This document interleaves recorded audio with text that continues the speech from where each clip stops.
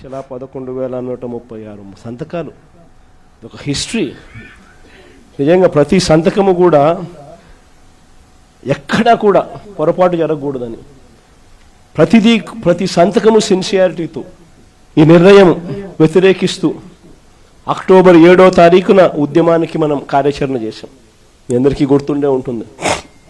October 7వ తారీఖున మొట్టమొదటి బీజం పడింది.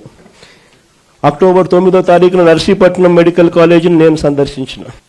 అక్టోబర్ 7వ తారీఖున ప్రజలకు ఉద్యమం గురించి కార్యాచరణ గురించి వివరిస్తూ అక్టోబర్ 9వ తారీఖున నర్సీపట్నం మెడికల్ కాలేజీని నేను సందర్శించిన.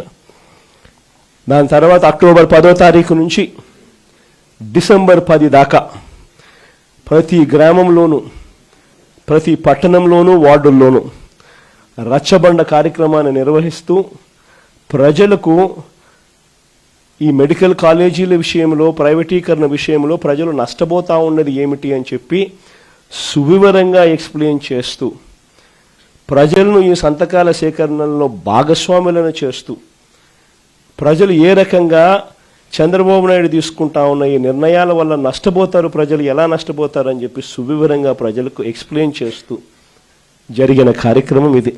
ప్రతి ఒక్కరూ వచ్చి స్వయంగా ప్రతి పేపర్ మీద సంతకం పెట్టి వాళ్ళ టెలిఫోన్ నెంబర్ కూడా రాసి ఏమాత్రం భయపడకుండా ప్రతి ఒక్కరూ కూడా దాదాపుగా 1,04,11,136 మంది పత్రాలు, అందులో వాళ్ళ సంతకాలతో పాటు వాళ్ళ ఫోన్ నెంబర్లతో సహా ధైర్యంగా ఈ నిర్ణయాన్ని మేము వ్యతిరేకిస్తున్నాము, ప్రభుత్వం మెడలు వంచైనా సరే ఈ నిర్ణయం వెనక్కి తీసుకునేట్టుగా ప్రజలు తీసుకుని వచ్చేదానికోసం మేమంతా సన్నద్ధంగా ఉండామని చెప్పి ఏకంగా ధైర్యంగా ముందుకు వచ్చి సంతకాలు చేసినారు.